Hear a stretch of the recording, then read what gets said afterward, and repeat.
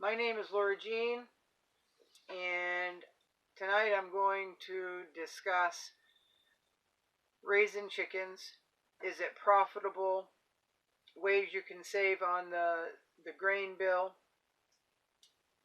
What to do with eggs when you become inundated with them. And tonight I am inside my house. I want to remind people that I live without power, so what I do have is my oil lamp that I use. Using my oil lamp, and I've got a little solar light that I hung up there to shine down so I could demonstrate the water glassing and to read my notes, because there was some figures. There are going to be some figures that I'm going to tell you about.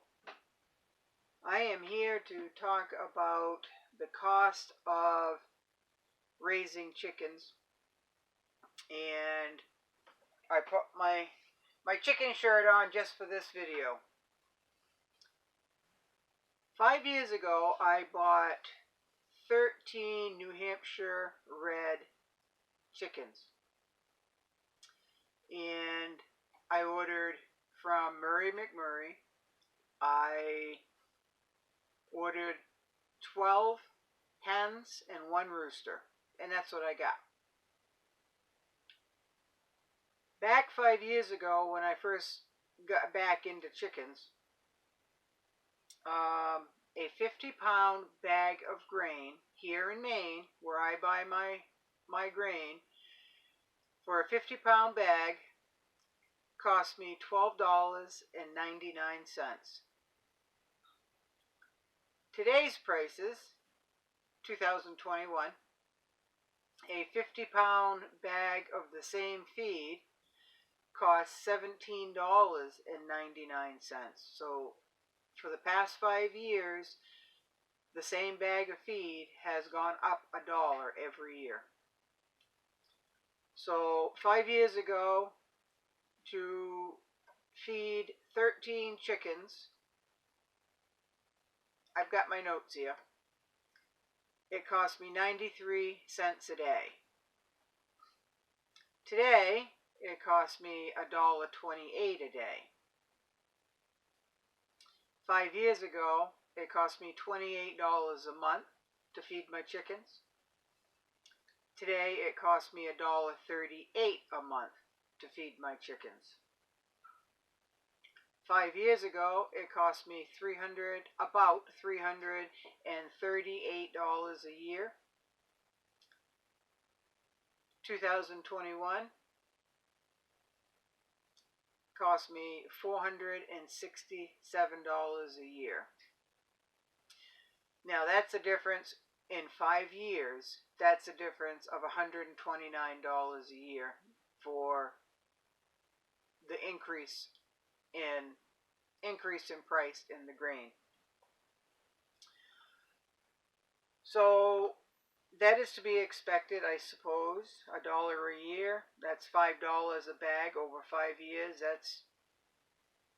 That's pretty out there. I'm going to stop right there. The first year I started out with 13 chickens.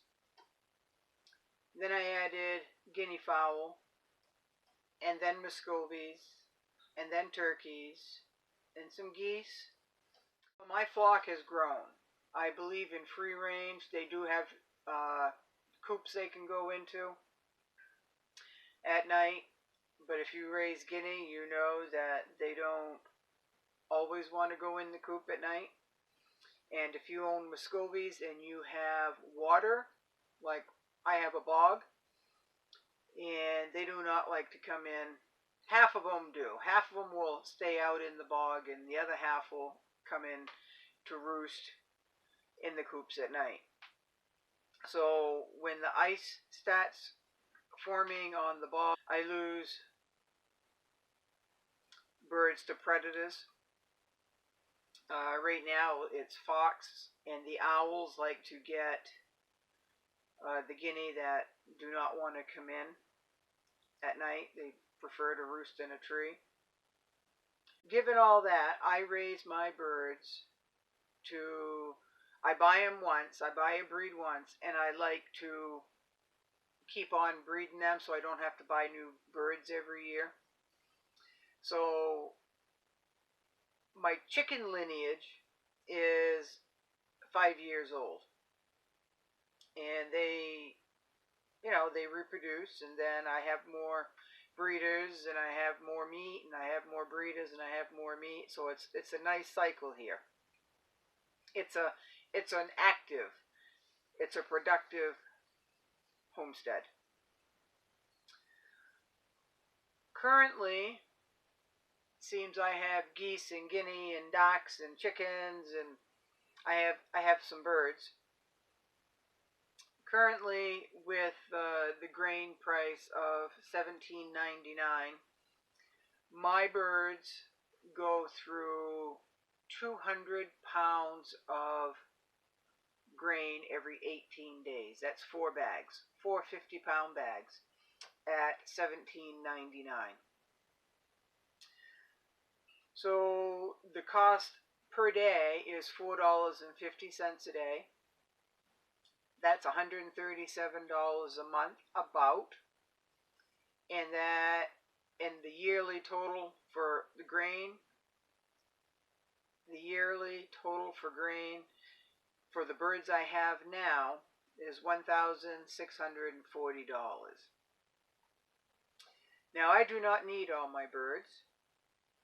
I like to keep my breeders throughout the winter, but I had so many ducks and so many projects going on that, and I do my canning outside, and you just can't can outside when it's cold.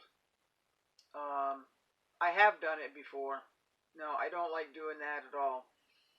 So I didn't get a chance to cull a lot of the birds that I was going to process, going to can. So I figured, it's getting cold. I won't process them. If I want to eat duck a few days ahead, I'll cull a duck and then eat it fresh. Eat it as I go. So that's what I'm trying this year. It's kind of thrown into that, but that's all right. So, does raising your own birds pay off? Now, I know for me, I raise my birds for their eggs, their meat, and breeding, so I can continue the lineage.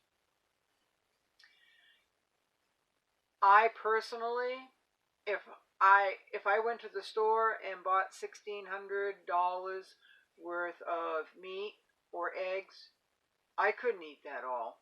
No, if I didn't have my birds, I wouldn't spend $1,600 on protein.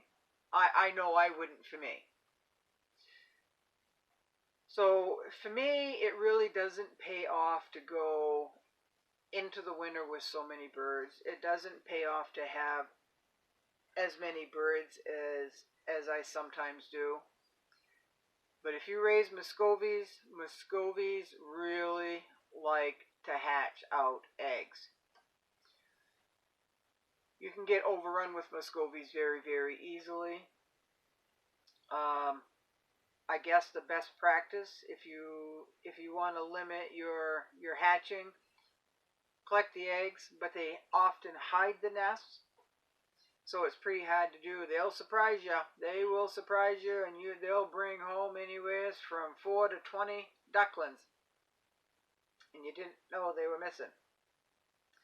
So they would come in to eat and go back, and if you have a lot of birds, it's pretty hard to keep track of the females. And when you have predators, you think that the predators probably got that one because it disappeared for a few days. And then they bring back a bunch of babies. So it's pretty easy to have more meat than you want. Now, a couple of years ago, I had an explosion of guinea geese I had close to 300 guinea geese hatch off. This was a noisy yard, let me tell you. So it's pretty hard to get, it's pretty easy to get ahead of itself. It's pretty hard to get caught up. And you can find yourself spending a lot of money on grain. So there are ways to supplement your feed. I grow extra squash. I grow extra pumpkin. Actually, this year I didn't have good luck with pumpkin at all. But I was given a bunch of pumpkins. But you can raise pumpkin. You can raise squash, extra cucumbers, tomatoes, cabbage. Cabbage, pumpkin, and squash store exceptionally well into the winter. So those are good to grow and store away for supplementing your feed in the wintertime. If you are into selling your eggs, if you have too many eggs, I don't know what the going price is, but farm fresh eggs are you can't beat a farm fresh egg. It's no comparison to the store bought eggs at all. But I did figure out right here, if a person had, let's say, 12 hens, and all 12 hens laid an egg a day, that is, of course, 365 eggs times 12 hens. That's 4,380 eggs. Now, when they molt, they usually don't lay eggs. And in the winter, they slow way down and stop laying eggs a lot of time. So you can cut that 4,380 eggs right down to half. But still, that's 2,190 eggs. That's a lot of eggs. If you have, in the wintertime, if you have 12 hens, you might get 5 or 6 eggs a day. If their coop is insulated, or if you've got heat, or if you've got artificial light, then you might get close to 10 to 12 eggs a day. But if you had 12 hens laying in the summer, and they're all laying an egg a day, that's 42 eggs a week if only half of them laid an egg. So that's 84 eggs a week. Now, I give a lot of my eggs away just because I enjoy doing that. People come and they treat my birds. If they are kind enough to come treat my birds, I'm going to be kind enough to send them home with some eggs. I also water glass my eggs, and I'm going to bring a jar. What you can do is you can eat your eggs, give your eggs away, sell your eggs, or what I do is I give my eggs away, I eat my eggs, and then when I have too many eggs that I can't give them away and I can't eat them, I do what they call water glassing. Now this is a jar of, and I can't remember how many eggs fit in here, but it's a few dozen. I'm thinking like 3.5 dozen to 4 dozen can fit in a gallon jar. And that's a large egg. Not jumbo, but a large egg. And I have a few of these jars that I use to store dry goods in, but I have some that I dedicate just for water glassing eggs. And for water glassing eggs, all you are doing is you are taking some pickling lime. This is Mrs. Wages. I bought this years ago. And I don't have my, yes I do. Years ago, I bought this for $4.69. Mrs. Wages pickling lime. It's a very fine powder. Or you can go to your feed store, your grain store, your farm store, and you can ask them for a think it's a 40-pound bag or a 50-pound bag of hydrated lime.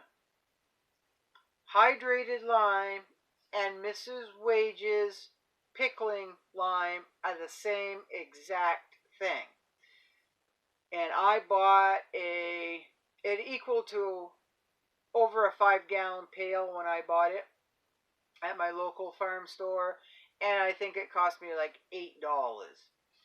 And you've got over a 5-gallon pail.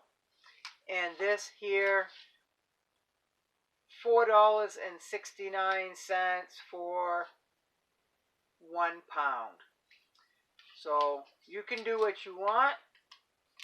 I would recommend going to your farm store and buying hydrated lime.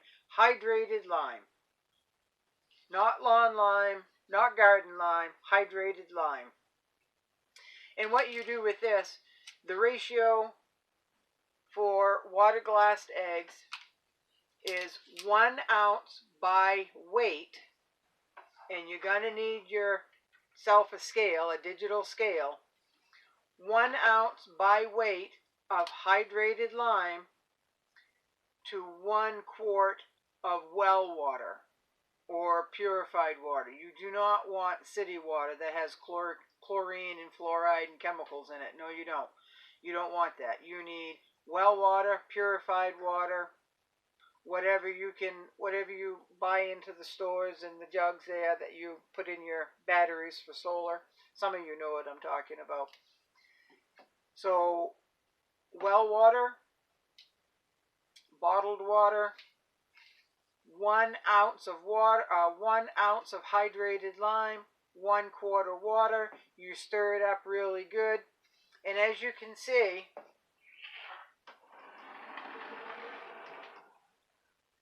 the lime will separate from the water, and it'll settle down on top of the eggshells and on the bottom. And I'll turn this around. I'm not even sure if you can see this. I'm running out of light here. If you can see that on the bottom down here, that's where that's settled. It's perfectly okay. Water glassed eggs will last 2 years just like this, shelf stable. You don't seal it, you just put the cover on and you put it in a cool, dry, dark place for 2 years and they are still good to eat. So when you put your eggs in carefully, make sure they are not cracked. You want perfect egg. You do not want to use store-bought eggs. You want them fresh from the chicken's nest. Alright? So you take them, if it has any poo on it, just take a towel, just scrape the poo off. Do not wash the eggs. They cannot be washed and water glassed. They can't be done. So right straight from the chicken's nest, scrape any poo off. Check for cracks. Put them gently. Stack them in the jar. And then you mix up your hydrated lime mix. And then you stir it. And then you pour it over. And you're going to fill, if your eggs are only up to here, you're going to want the solution a ½ inch anyway over the eggs. The eggs must be covered at all times. These here are 14 months old. And I check them once a month, even though the cover is on good. I make sure that none of this has evaporated, so the eggs are sticking out of the water. If the eggs are sticking out of the water, I chuck that egg out. It goes right into my compost. So a good method to store eggs when you're having too many and you don't have very many in the winter time, you can eat these in the winter, and that's just a good way to store eggs. And if you live like I do without any power or refrigeration, you learn how to store things at room temperature. You either can it, you pickle it, you water glass it, you cure it. It's a different lifestyle when you live without refrigeration. So make sure that you get yourself a digital scale. I think I got this 10 years ago for like $8. So, and it works pretty good. I have never had to change the battery at all. So, water glass these, and you are ready to eat them. What you do, it's very important, what you do is you take the cover off, you make sure all the eggs are covered with this solution, and as you pick the egg out, or you pick your eggs that you want out, and then you rinse them off with water, and you do the float test. Now, anybody that has chickens knows what I mean by the float test. But if you are not sure, you take a bowl and you put water in it, and then you take an egg and you put it in the water. If it sinks and lays on its, here's an egg. If it sinks and lays on its side, the egg is good. If you put an egg in and it stands up on end, but this end is on the bottom of the bowl, it is good. If the egg goes up and down, bobs up and down, I throw it out. Or if it floats up to the top and it's not touching the bottom, you throw it out. So you take the egg out, you rinse it off, and perform a float test.